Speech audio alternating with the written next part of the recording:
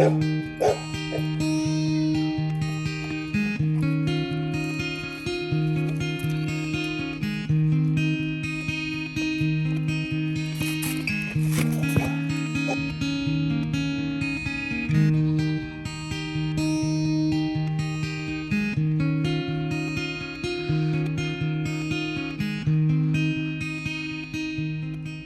I'm out here in the goat pasture, and I am excited to announce that we finally have another goat family member joining our herd soon. I won't release the breed and her name just yet, but it is a female because we have been trying to get another buddy for Juniper since we lost Willow. So if you follow us regularly, you probably watched us getting Willow and Juniper. They were sisters. Unfortunately, we lost Willow within a week of bringing her home. She was infested with parasites in her gut, and although we did the best we could, we just weren't familiar enough with parasites in goats, and even with vet care and proper medication, we still lost her. And so having one girl and two boys is proving difficult and very lonely for Juniper because the boys are in heat, they're of age, and Juniper isn't, and they kept trying to mount her and be naughty boys. So we figured out a routine without having rotating pastures yet. We, for the last couple of months, have been keeping Juniper in the pen while the boys go out in the pasture. And then when we switch, every couple of hours, the boys will come into the pen. Juniper gets pasture time. But no matter where we put Juniper, whether she's in the pen or pasture, she's alone. And then we lock them at night in their cages, so that way if a predator wanders onto the property, not only do they have to get through the pasture's fencing, they have to get through the pen fencing, and then if they made it into the pen at night, they'd have to get through cages that are locked, and so it's just an extra precaution. And so when we lock them at night, she's still all alone.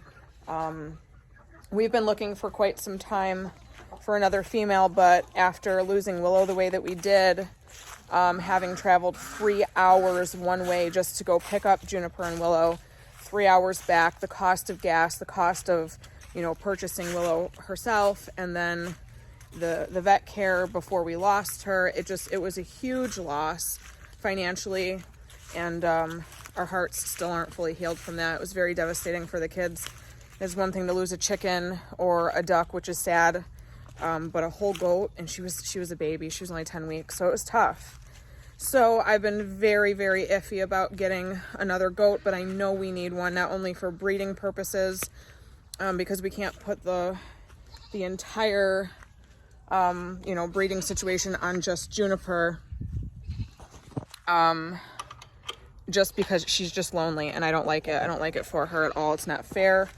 She lost her sister, and she doesn't get another buddy back. And so thankfully, our good friends, the Shoemakes, who we got Ash and Aspen from way earlier this year, before we even got Juniper and Willow, they just posted a doe for sale, and because they're good friends and trusted buyers, I know that their herd is healthy and vet checked and just comes from a good loving home.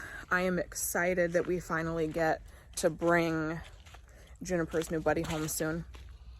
So right now I'm outside filling up all of the pet water, mostly chicken and duck water, but we do have a couple dogs that live outside. Prepping for this freeze we've got coming Thursday. The high is only going to be 35, but the low is dropping to -1 as we anticipate more snow. So we're out here preparing everything and getting ready to bring a lot of animals inside.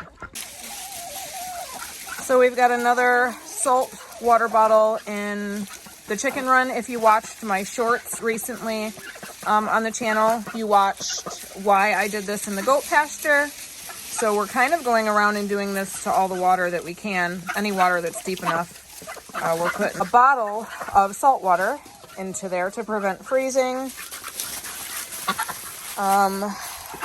Thursday at lockup, these guys are going to come inside. They are way too tiny to endure negative temperatures at night. And so we've got 5 bantams coming in. Plus we've got all the pen birds that stay outside during the day. They already come in, so it's going to be crowded for a couple of days. We also have 2 outdoor dogs by choice. They do not like to be inside, and so we give them proper shelter outside because they hate being indoors, and they kind of protect the property at night anyway. But with the negative temperatures coming for 3 days in a row, I refuse. I don't care how mad they get. Bandit and Dan will both be coming inside with us, at least to sleep. Keep them out of the elements so they don't freeze to death out here. But it's about to get real nasty over here in southern Missouri. Hi, boys. Where's your good boys? So thankfully we have an indoor brooder room, which we've used for years. It's something that we designated when we moved in 4 years ago to be specifically for animals that need to come inside, whether because of the cold or the heat or injuries or sickness. So our plan is to bring both of these goat cages inside. We're gonna have to line the floor and clean the cages out completely and then stuff them with hay. And then at night, the goats are going to have to come inside to sleep because I don't care if they're goats and this is what they can handle. I don't feel right leaving them outside, especially Juniper. She's so tiny and she doesn't have a buddy inside her cage with her yet because we haven't brought our new girly home. And so our brooder room is about to be jam-packed with a whole mess of animals. So right now we keep 2 chicken cages kind of bunked, one on top of the other. And so the chickens will have more than enough space, the bantams and the pen birds. The bunnies live back here full time, and as you can see, we have a small heater back here. Even without the heater, it stays significantly warmer than it does outside. Hi, sweet babies. Where's your good bunnies? We did start using this side for water and emergency food storage, and then our drinking water. We're going to have to relocate all the water for now and probably move my sun ovens so that we can use this whole wall for the goats to come in and stay warm.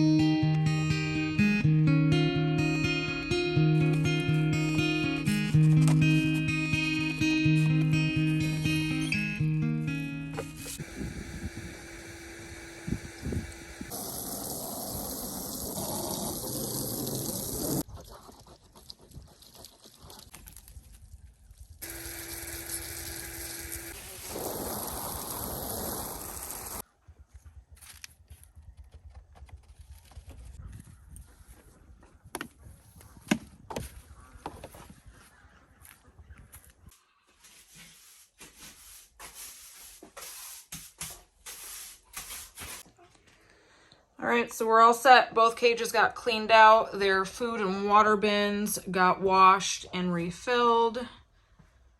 Got plastic bags down. The old feed bags are underneath this cage. That way it's a little bit easier to clean up next time. But we made space for the goats, and we even saved these old feed bags to line the floor with. That way their cages can rest on top of those. So we got extra water up here, just in case water pipes freeze and we lose the ability to have running water.